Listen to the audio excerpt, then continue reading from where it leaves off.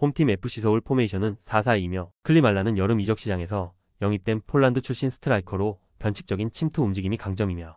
링가드는 중앙과 측면을 넘나드는 위치 선정과 탈압박 시 빌드업 연결 능력에서 높은 효율을 보이고 있고 문선민은 빠른 스피드와 오버래핑 타이밍으로 측면 돌파와 크로스 옵션을 모두 수행 가능한 전형적인 윙어 자원이며 박수일 최준으로 구성된 측면 풀백 조합은 넓은 공간 활용과 전방 패스 타이밍에서 강점을 보이고 있으며 정승원과 김진수의 인버티드 움직임은 순간적인 중앙 미드필더 숫자를 늘려 볼 점유율 확보에 유리한 전술 구조를 제공하고 있고 김기동 감독은 이러한 패턴 전술과 수적 우위를 활용한 압박 전환을 바탕으로 중원 장악에 초점을 맞추고 있으며 홈에서는 안정적인 전술 수행을 지속하고 있다. 원정팀 강원FC 포메이션은 4-4-2며 가브리엘은 타겟형 스트라이커로 공중볼 경합에 강하지만 활동 반경은 제한적이며 김민주는 직선적인 드리블과 공격 진입 속도는 갖췄으나 패스 완성도와 연계 전개에서 기복이 있는 자원이다. 김동현은 중원에서의 볼 배급과 커버 플레이가 가능하지만 전방 압박 상황에서는 탈압박과 전진 패스 선택에 어려움을 드러낸다. 정경호 감독 체제의 강원은 아직 전술적 디테일이 정립되지 않았고 특히 측면 수비 시 대인마크와 라인 간격 조절에서 일관성을 확보하지 못하고 있다. 이번 경기에서는 클리말라의 움직임에 대한 사전 데이터가 부족한 가운데 포지셔닝 대응 실패가 실점으로 이어질 수 있는 변수가 된다. FC서울은 클리말라를 중심으로 한 전방 전개와 전술적 유기성이 상승세를 보이는 중이며 강원은 전술적 디테일 부족과 수비 대처 미비로 불안 요소가 다수 노출되고 있고 클리말라의 첫 골과 함께 서울 팬들의 응원이 경기장을 압도할 가능성이 충분한 매치업이다. 홈팀 전북현대 포메이션은 4-3-3이며 티아고는 직전 경기 멀티골을 기록하며 골 감각이 완전히 살아난 모습이며 전진우는 대표팀 소집 후에도 페이스를 유지하며 득점까지 올린 상태로 중원에서의 볼 배급과 세컨드 침투에서 강점을 보인다.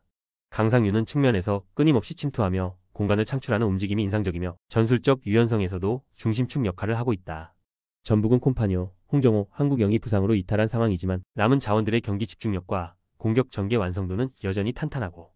홈에서는 티아고를 중심으로 한 전방 압박과 빠른 전환 플레이가 효과적으로 작동하고 있으며 전반적인 팀 템포가 상승 기조를 유지하고 있다. 원정팀 수원FC 포메이션은 4-3-3이며 사박은 제공권과 피지컬에서 강점을 보이지만 연계와 볼 배급에서 다소 제한적이며 안데르손은 단독 돌파 능력은 탁월하나 크로스와 슈팅 선택에서 기복이 자주 나타나는 편이며 루아는 중원에서 전진성과 활동량은 풍부하지만 수비 전환 시 포지셔닝 오류와 공간 커버 실패가 자주 발생한다. 수원FC는 포백으로 복귀한 이후에도 수비 조직 완성도가 낮으며 후반으로 갈수록 집중력 저하와 압박 저항력 저하가 동시에 드러나고 있고 측면 공간이 자주 열리며 전환 수비가 늦어지는 문제까지 겹쳐 상대 빠른 전개에 취약한 전형적인 흐름이 반복되고 있다. 전북은 티아고와 전진우의 공격력 회복, 강상윤의 전술적 기여까지 더해지며 전방 흐름이 더욱 활발해졌고 수원FC는 여전히 수비 조직력 불안과 후반 집중력 저하 문제가 반복되고 있다. 이번 경기에서도 전북이 우세한 흐름을 이어가며 골이 터질 때마다 오오렐레가 골대 뒤를 가득 채울 전망이다. 홈팀 대구FC 포메이션은 5-4-1이며 에드가는 최전방에서 제공권을 기반으로 버티는 능력을 갖춘 스트라이커고 정치인은 이선에서 연계 플레이와 볼 운반이 가능하지만 피로 누적 시 기동력이 크게 저하되는 경향이 있다. 라마스는 중원 조율 능력은 있으나 공격 전개보다 수비 커버에 더 집중하는 형태의 운영을 선호하는 자원이며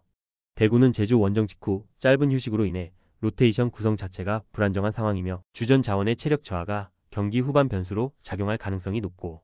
김병수 감독은 점유보다 실리를 택한 전술 운영을 하며 수비 안정화를 시도하고 있으나 최근 들어 상대 측면 돌파에 대한 대응이 불안한 흐름이 반복되고 있다.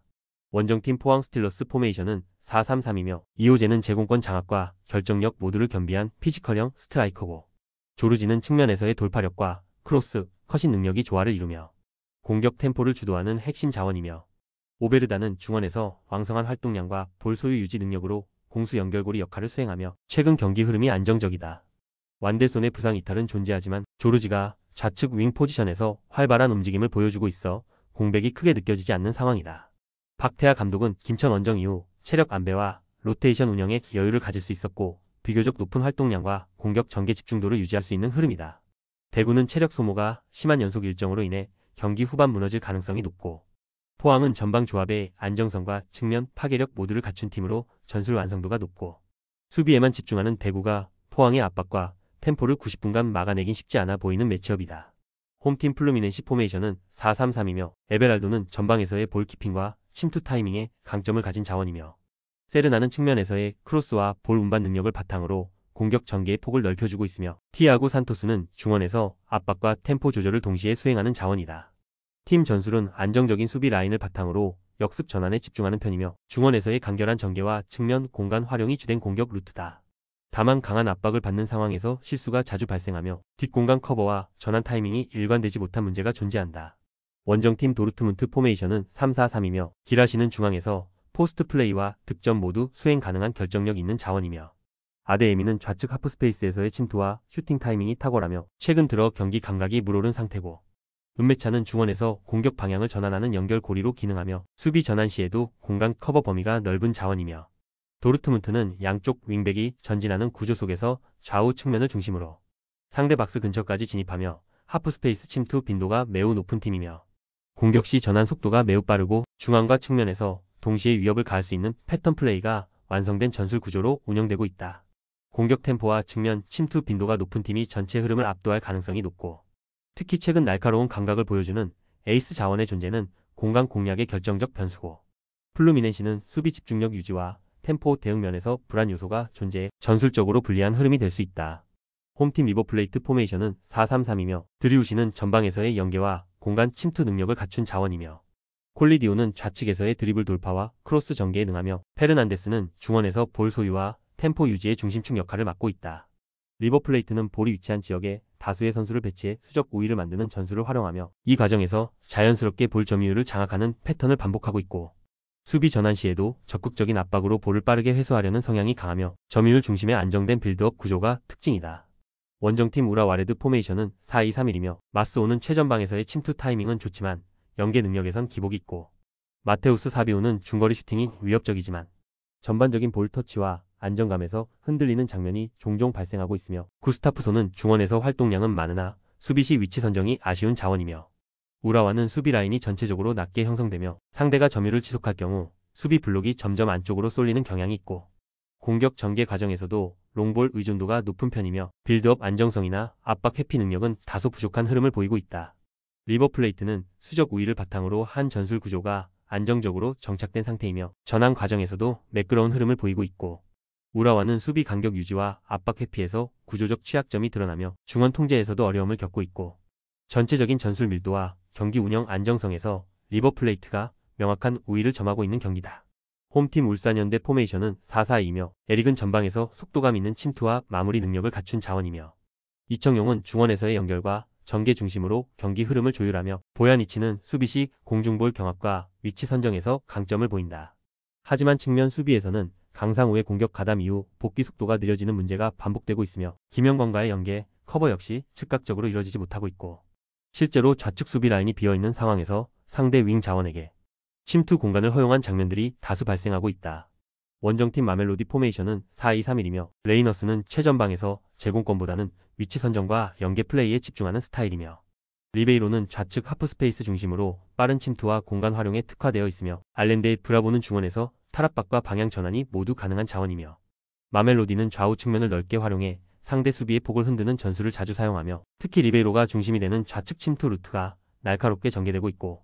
중앙에서 템포 조절 후 측면 전개로 이어지는 패턴이 정교하게 반복되며 수비 불안 요소를 노리는 전략이 구조적으로 잘 정비되어 있다.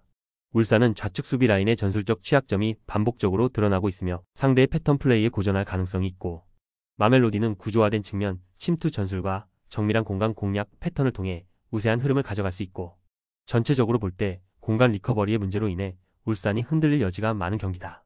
홈팀 몬테레이 포메이션은 4-2-3-1이며 베르테라멘은 제공권과 박스 내 침투 타이밍에서 강점을 보이는 공격 자원이며 카날레스는 중원에서 패싱 밸런스와 전진 전개 능력이 돋보이며 메디나는 측면 활동량과 크로스 정확도가 높은 편이며 전체적으로 포백 라인의 간격 유지와 수비 전환 속도는 안정적인 모습을 보이나 하프스페이스 통제에서 반복적인 취약점이 드러나고 있고 특히 중앙 미드필더 뒷공간에서 측면으로 연결되는 순간적인 침투 플레이에 대한 대처가 느리고 박스 안에서의 수비 집중력 역시 후반으로 갈수록 급격히 저하되는 흐름이 확인되고 있고 원정팀 인터밀란 포메이션은 3-5-2며 티랑은 순간적인 마무리 집중력이 뛰어나며 코레아는 세컨드 스트라이커로서 연계의 강점을 보인다. 바렐라는 메잘라 형태로 하프스페이스를 침투하며 전방으로 찬스를 만들어주는 역할에 능하며 이러한 측면 대각선 진입 패턴이 반복될 경우 수비 라인을 붕괴시키는데 매우 효과적이며 최근 인터밀란은 중원부터 측면으로 연결되는 전환 속도가 빠르고 윙백과 미드필더 조합이 만들어내는 유기적인 공격 루트가 강팀들과의 경기에서도 꾸준한 성과를 내고 있고, 수비 시에도 3백 간격 유지와 세컨볼 회수 능력에서 밀리는 장면이 적고 전술적 완성도 면에서 매우 높은 수준을 유지하고 있다. 인터밀란은 메잘라 무브먼트를 통해 하프 스페이스를 정확히 파고들며 전방 공격을 날카롭게 연결하는 팀이며, 몬테레이는 이러한 구조적 침투에 대한 수비 반응이 늦고 후반으로 갈수록 수비 집중력이 흔들리는 흐름이며, 전체적인 전술 완성도와 경기 주도권 측면에서 인터밀란 쪽으로 기운 매치업이다.